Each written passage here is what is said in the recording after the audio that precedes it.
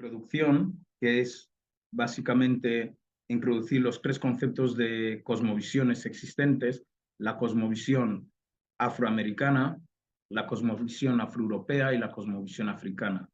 Ya hubimos planteado en el primer capítulo, la cosmovisión africana básicamente se basa en seres que nacen en África, se desarrollan en África y viven en África.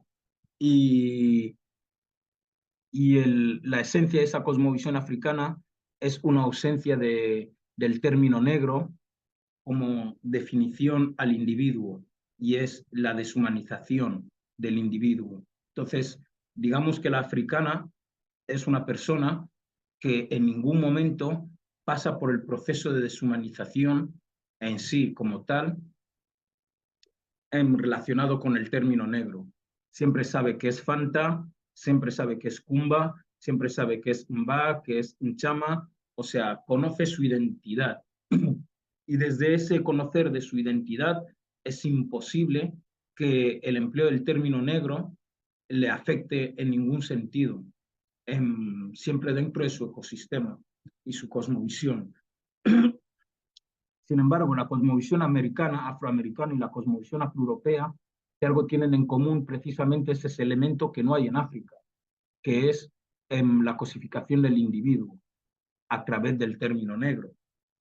Y es a partir de ahí que se ha generado toda una ingeniería social que ha permitido la esclavización de las personas, primero en Europa y luego, obviamente, en África, y luego, obviamente, se ha llevado todo ese proceso a América, que esto es lo que ha constituido la trata transatlántica, por decirlo de algún modo muy concreto. Y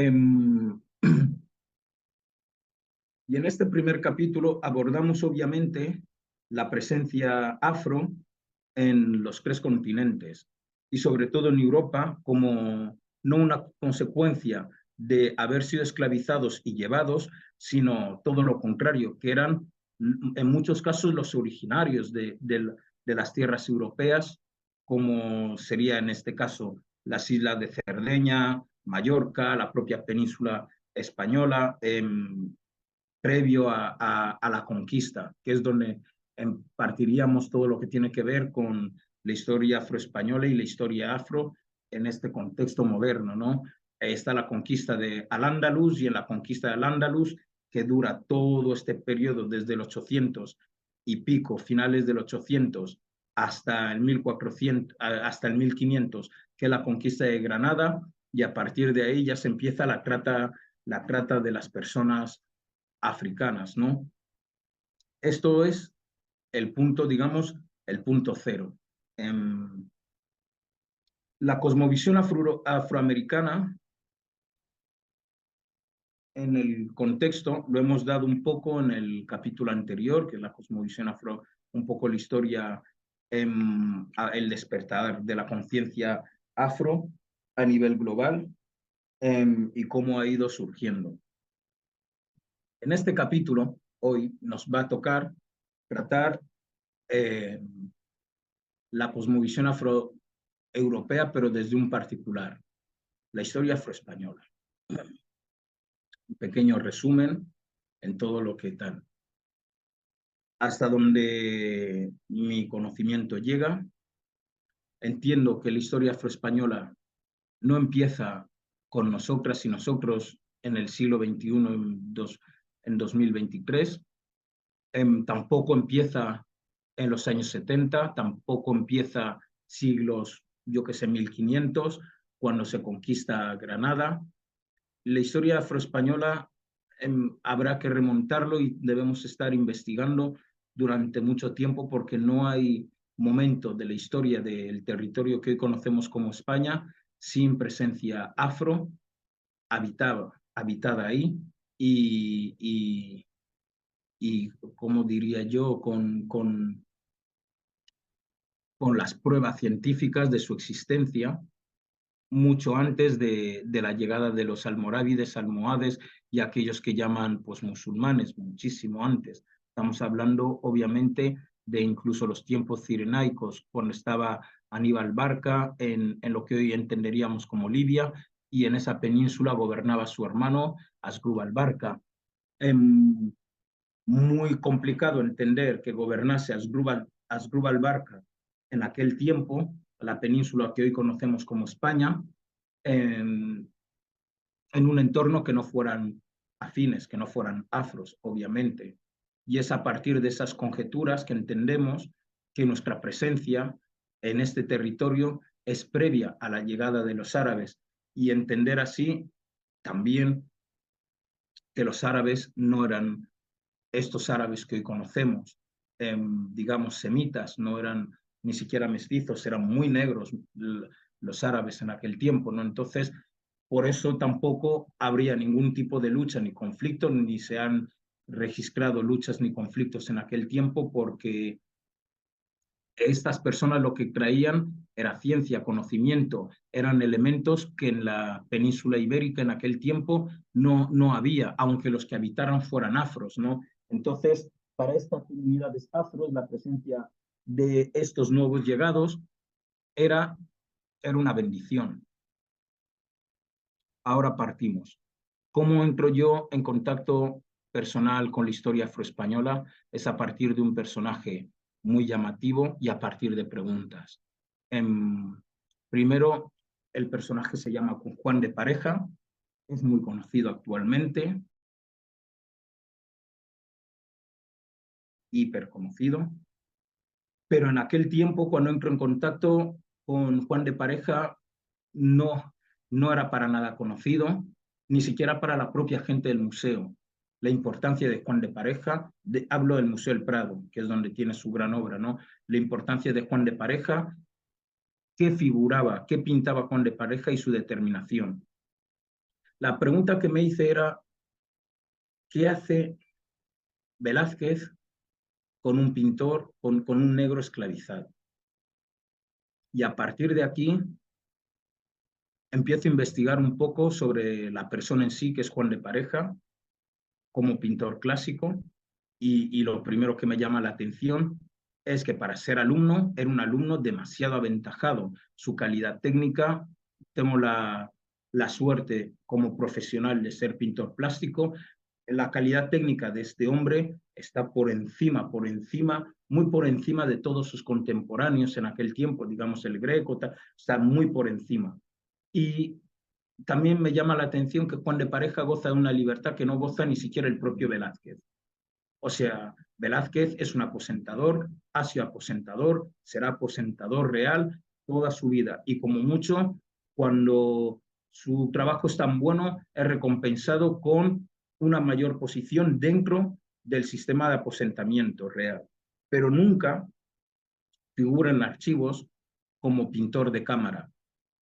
En ninguna obra se ha visto a Velázquez tampoco retratándose a sí mismo como pintor de cámara real. Esto es importante, la remarca, porque en algún momento Velázquez tenía que haberse retratado a sí mismo como pintor de cámara real, ¿no? Entonces, también llamativo es que en la obra de las Meninas, que todo el mundo conoce perfectamente, y es atribuida a Velázquez, cosa que no es de Velázquez, hoy lo puedo afirmar categóricamente, es de Juan de Pareja. La cruz de los Matamoros no se puso, no existió en la obra original. Ellos no pintaron la obra y pusieron la cruz de los Matamoros en el pecho de Velázquez, al que representa Velázquez, que para mí es Juan de Pareja, obviamente, sino la cruz de los Matamoros se pone 100 años después y se le, y se o sea, ¿cómo diría yo? Alguien la pone 100 años después de la partida de Velázquez en la obra. Velázquez siempre soñó con formar parte, obviamente, de la Orden de los Matamoros, pero casualmente la obra en sí de Las Meninas, el hecho de que la original no tuviera la Cruz de los Matamoros significa mucho. Y eso me llamó mucho la atención, porque la Orden de los Matamoros, que entraré en el tema, la Orden de los Matamoros, todo el mundo tiene que entender que tenía dos finalidades, y está escrita en su propia orden: matar moros y cristianizar el territorio, ¿no? Los moros eran los negros y cristianizarlo era porque los negros eran musulmanes. Entonces, cuando uno entiende estos dos vértices, va a entender lo que se aproxima. Al principio comento que, supongamos, contextualizándolo hoy en día, pues el territorio entero es un territorio tan negro como Senegal, como Uganda, tan negro como Guinea Ecuatorial puede ser, Nigeria, como Angola. O sea, España no era diferente realmente en fenotipo, hablando, no era diferente a ninguno de estos países. Era África, era una extensión de África, ¿no? Y no lo digo yo, uno se va al día de hoy, siglo XXI, 2023, Europa, y la memoria histórica, siempre lo recuerdo, de la propia gente blanca europea, dice que Europa empieza en los Pirineos, porque en su memoria histórica entienden que quienes habitaban estos territorios no eran caucásicos, sino eran afros. A partir de aquí,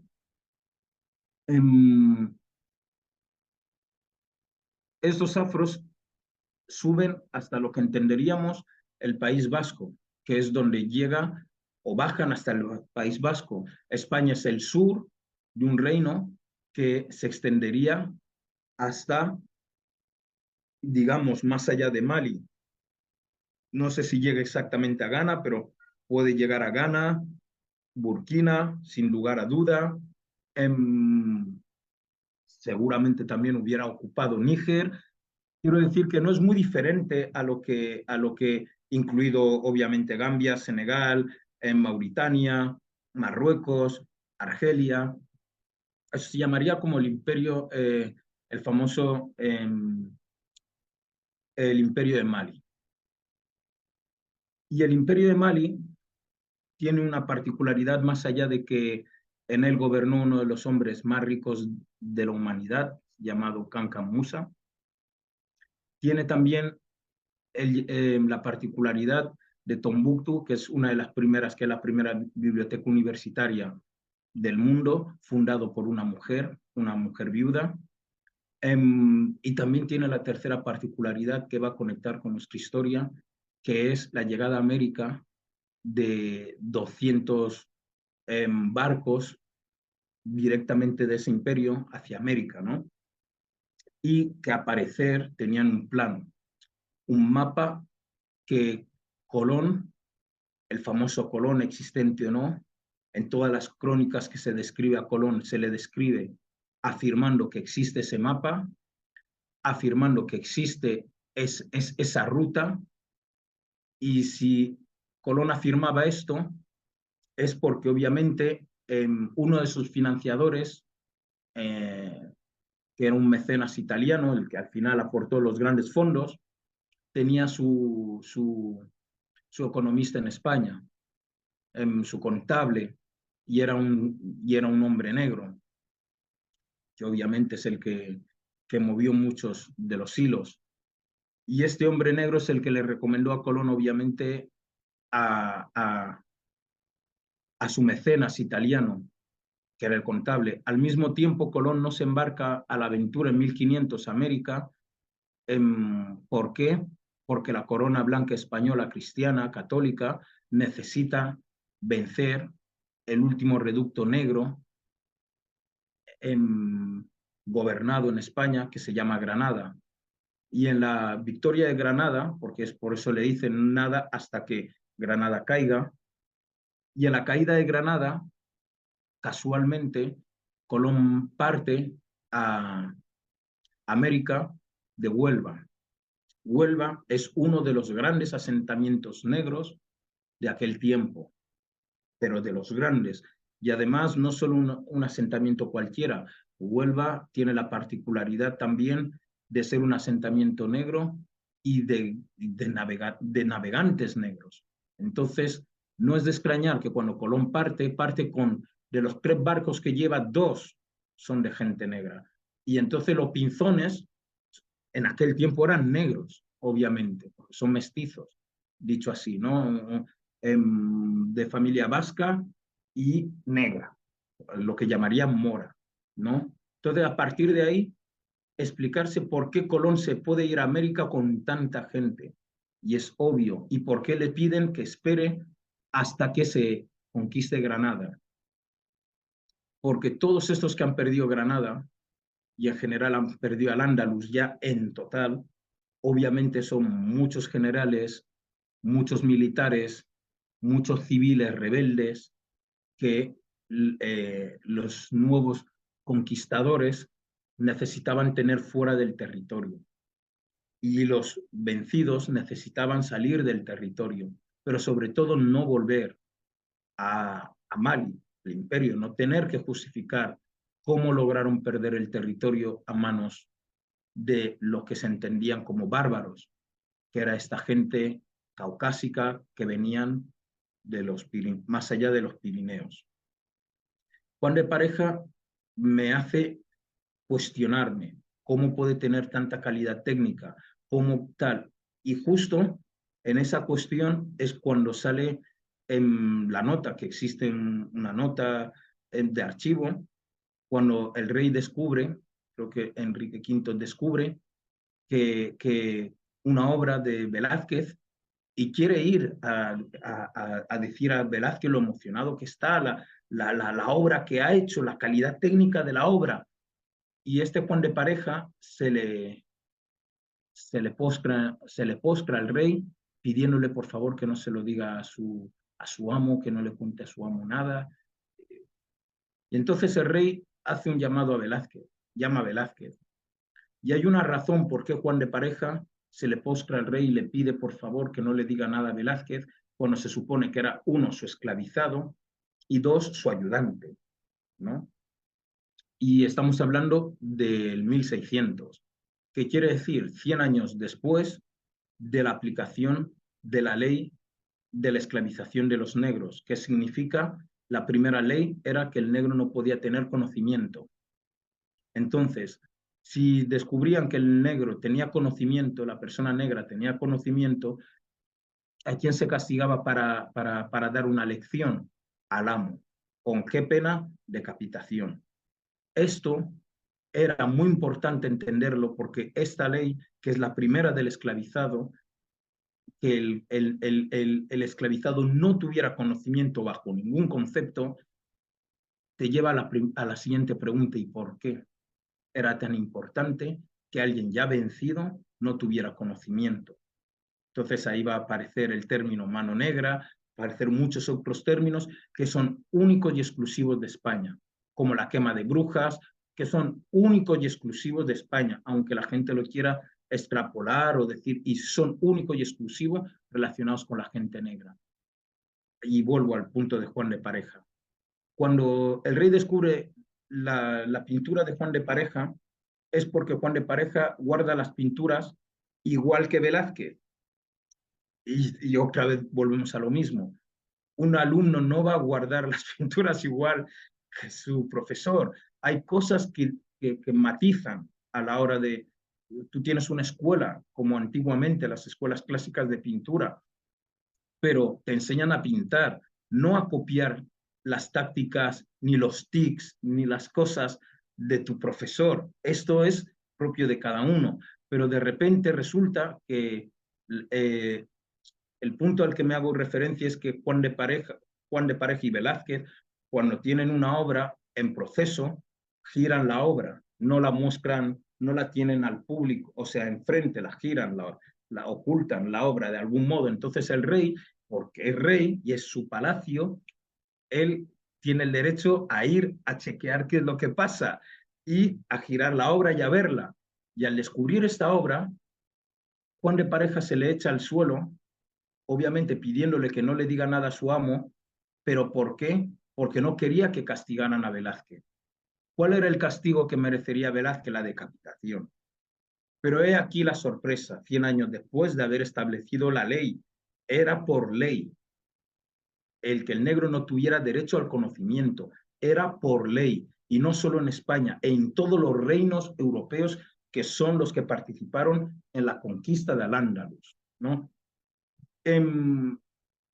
La sorpresa del rey de todos nosotros es que el rey llama a Velázquez y le dice que un hombre con esta calidad técnica no puede ser esclavo. Y eso está escrito en los archivos. Libéralo. O sea, es tanto el nivel técnico que tiene Juan de Pareja que no solo salva la vida de Velázquez, sino que encima obliga a Velázquez a liberarlo y a mantenerlo libre a la vista de todo el mundo, porque hasta este momento Juan de Pareja seguía siendo esclavizado de Velázquez. Y una vez liberado, Velázquez lo libera en un encargo que se le hace en Italia, por el Papa.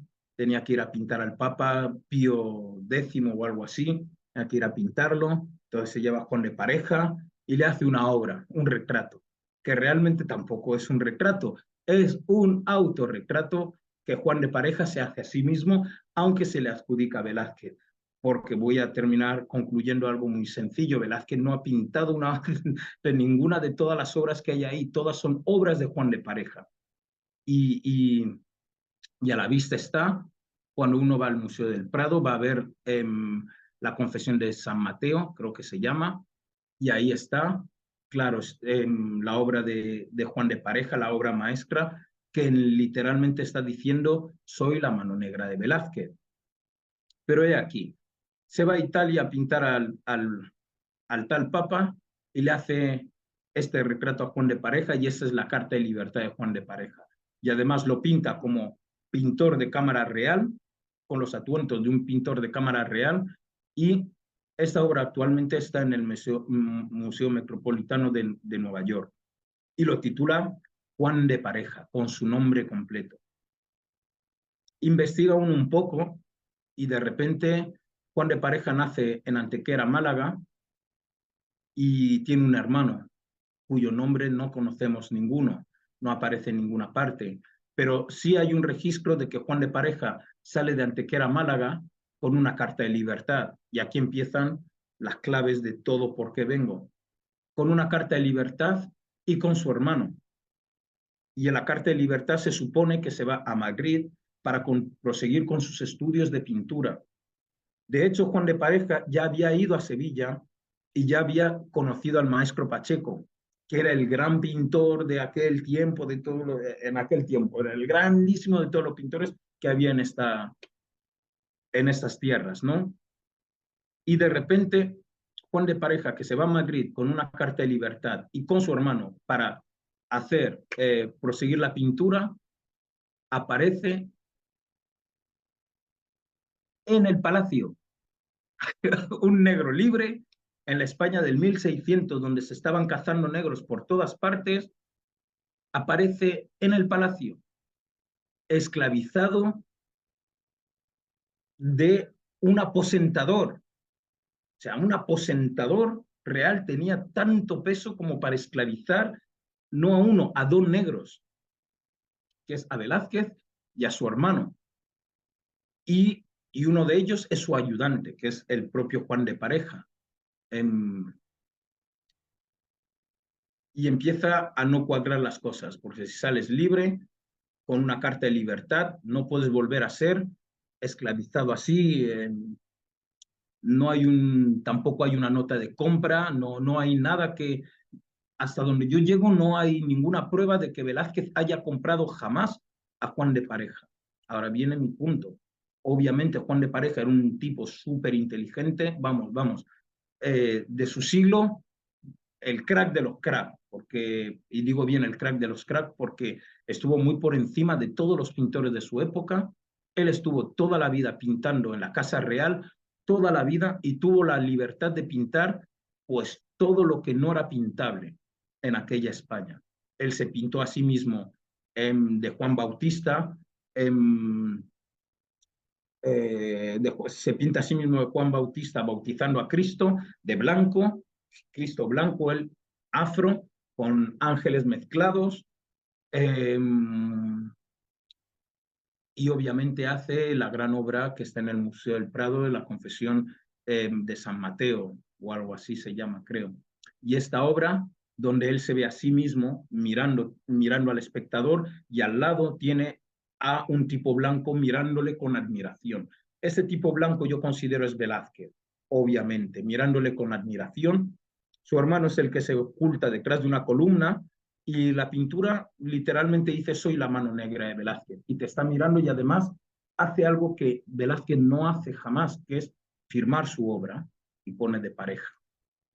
A partir de Juan de Pareja, uno se pregunta cómo puede ser que en 1600 están cazando negros por todas partes buscando un pam pam y este señor anda por toda España a sus anchas con grandes carruajes, viviendo en el palacio, tratando o codeándose con los pintores mayores, no solo de España, no. Rubens viene a España al palacio está de las giras que va haciendo Rubens por los palacios europeos y tal, para mejorar sus técnicas. Esto era muy típico en Europa y tal. En aquel tiempo, de repente, Rubens viene a España y ¿quién es el que le acompaña? Velázquez, obviamente. Pero ¿cómo es posible que un ayudante esté presente en cada minuto y segundo de la presencia de Rubens en España? Porque realmente el autor de toda la obra es Juan de Pareja. Juan de Pareja tiene un montón de anécdotas y el caso es que a partir de Juan de Pareja de repente uno se plantea el mayor pintor de la época es Velázquez, el mayor pintor de España, es considerado, uno va al Museo del Prado, es un museo nacional, el único que tiene la estatua ahí presente es Velázquez. Casualmente es el único pintor español blanco que ha tenido un esclavizado negro y que su obra, que la obra del esclavizado, del alumno, del supuesto alumno, se la ha atribuido al supuesto maestro, ¿no? Entonces es súper llamativo.